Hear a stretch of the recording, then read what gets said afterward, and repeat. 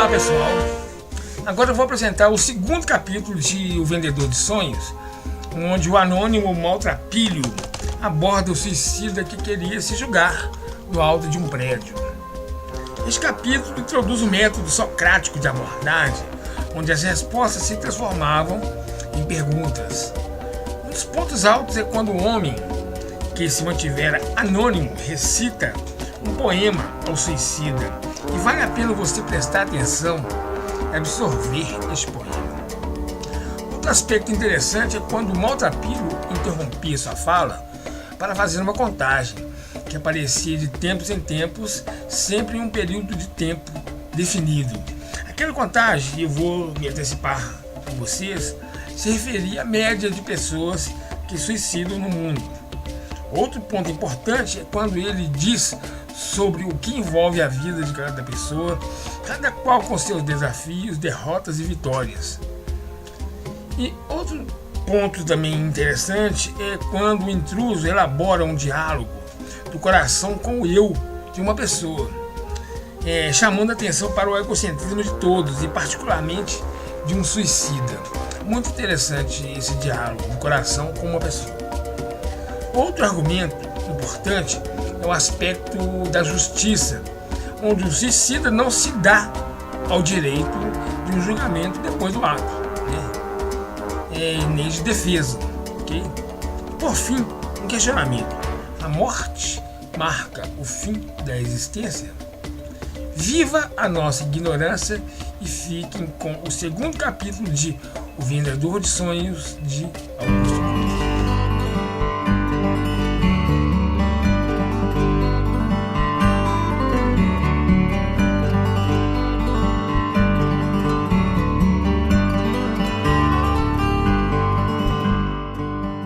Ver alguém comer um sanduíche com um eloquente prazer diante de quem estava para se matar era uma cena de filme. O suicida fechou parcialmente os olhos, aumentou um pouco a frequência respiratória e contraiu ainda mais os músculos da face. Não sabia se atirava, se gritava, se bronqueava com o estranho. "Se manda! Eu vou me atirar de verdade!" Ele ficou mesmo a um fio de cair.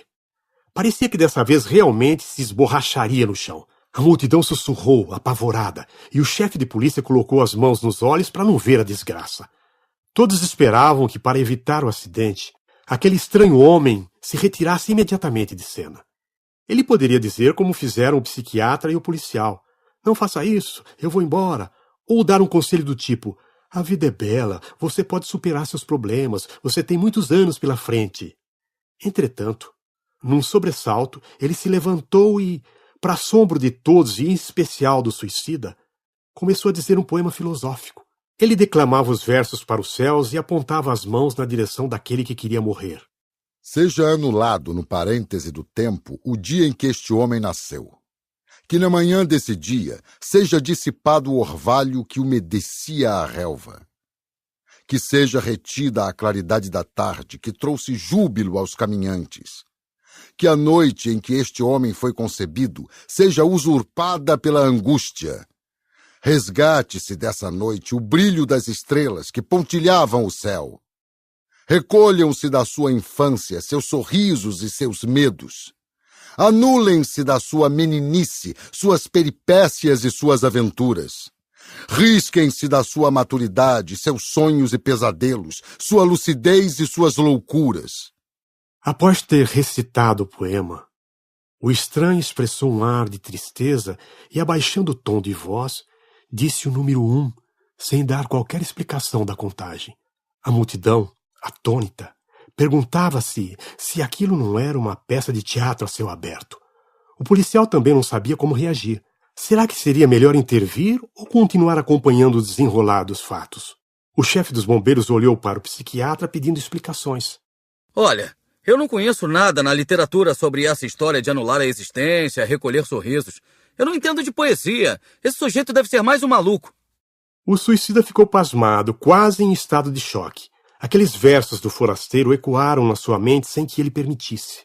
"Quem é você para querer assassinar o meu passado? Que direito você tem de destruir a minha infância? Que ousadia é essa?" Após agredir o invasor com essas frases, ele pensou: Será que não sou eu o autor desse assassinato? Mas lutava para não ponderar. Ao vê-lo circunspecto, o misterioso homem teve o atrevimento de provocá-lo ainda mais. Cuidado! Pensar é perigoso, principalmente para quem quer morrer. Se quiser se matar, não pense. O suicida ficou embaraçado. Tinha sido fisgado pelo invasor. Esse sujeito está me encorajando a morrer ou o quê? Será que eu estou diante de um sádico? Será que ele quer ver sangue? Depois disso, sacudiu a cabeça, como se pudesse interromper seus devaneios, mas os pensamentos sempre traem os desejos impulsivos. Não pense. Porque se você pensar, vai perceber que quem se mata comete homicídios múltiplos. Mata primeiro a si, e depois, aos poucos, os que ficam. Se pensar, você vai entender que a culpa, os erros, as decepções e as desgraças são privilégios de uma vida consciente. A morte não tem esses privilégios, não. Em seguida, o forasteiro saiu do estado de segurança e passou para o de angústia. Disse o número 4 e movimentou indignadamente a cabeça. O suicida ficou paralisado. Queria rejeitar as ideias do forasteiro, mas elas pareciam um vírus penetrando nos circuitos de sua mente. Afinal, que palavras eram aquelas? Perturbado e tentando resistir às reflexões, ele enfrentou o misterioso homem mais uma vez. Quem é você que, em vez de me poupar, vem aqui me confrontar? Por que é que você não me trata como um miserável doente mental digno de pena? Cai fora! Eu sou um homem completamente acabado. E quem disse que você é uma pessoa frágil ou um pobre deprimido que esgotou o prazer de viver? Quem disse que você é um desprivilegiado, um frustrado ou um moribundo que não consegue carregar o peso das suas perdas? Para mim, você não é nada disso, não. Para mim, você é só um homem orgulhoso, preso na sua gaiola emocional, alienado de misérias maiores que a sua. O suicida colocou as duas mãos para trás e se afastou, assustado, da linha de tiro em que se encontrava. Como é que é? Eu não acredito no que estou ouvindo. Quem é você para me chamar de orgulhoso ou para dizer que eu sou um prisioneiro na minha gaiola emocional? Quem é você para dizer que eu estou alienado de sofrimentos maiores que os meus? Ele se sentia alvejado no peito, sem ar. O intruso acertara na mosca. Seus pensamentos penetraram como um raio nos recônditos da sua psique. Naquele momento, o triste homem pensou no pai que lhe esmagara a infância, lhe causara muita dor.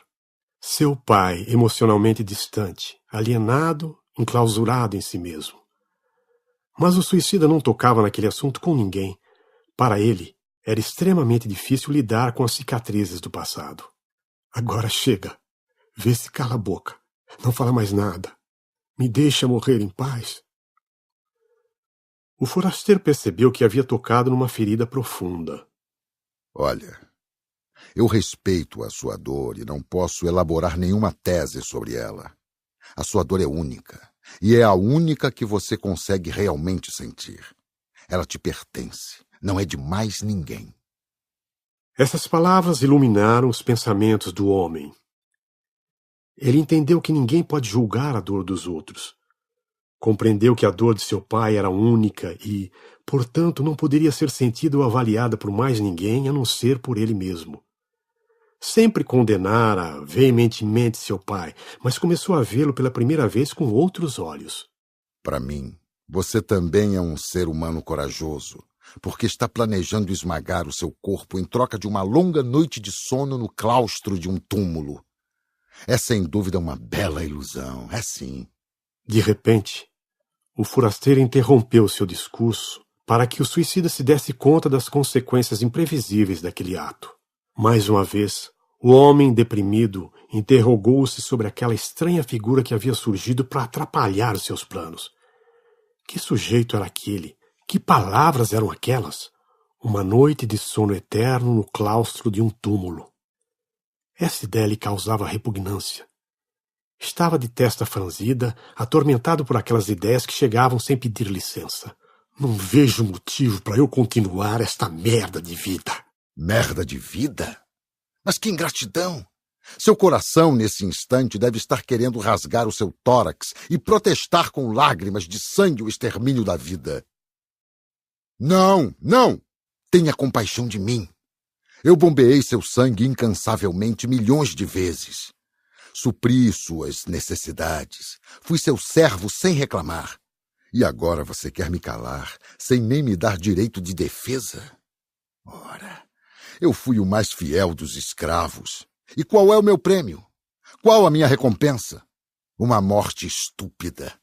Você quer interromper minha pulsação só para estancar seu sofrimento? Ha! Mas que tremendo egoísta você é! Quem me dera eu lhe pudesse bombear coragem. Enfrente a vida, seu egocêntrico! O homem sentiu a camisa vibrar. Não notara que seu coração estava quase explodindo. Parecia que de fato estava gritando dentro do peito. O suicida arrefeceu.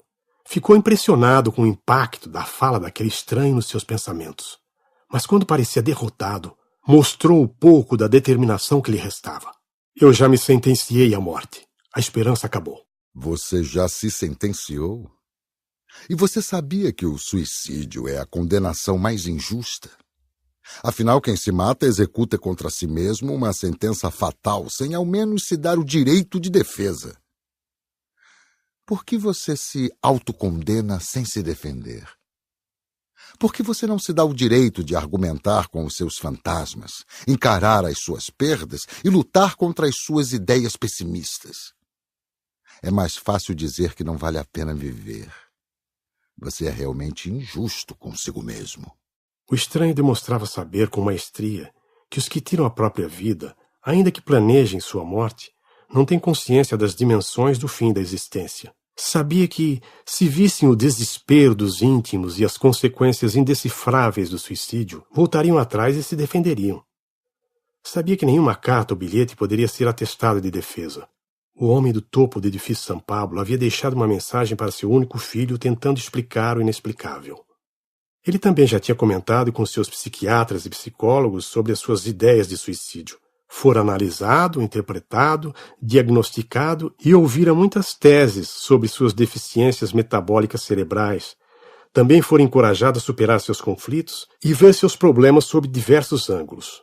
Mas nada tocava aquele rígido intelectual. Nenhuma dessas intervenções ou explicações o retirou do seu atoleiro emocional. O homem era inacessível, mas estava pela primeira vez atordoado por aquela pessoa estranha que o interpelava no topo do edifício.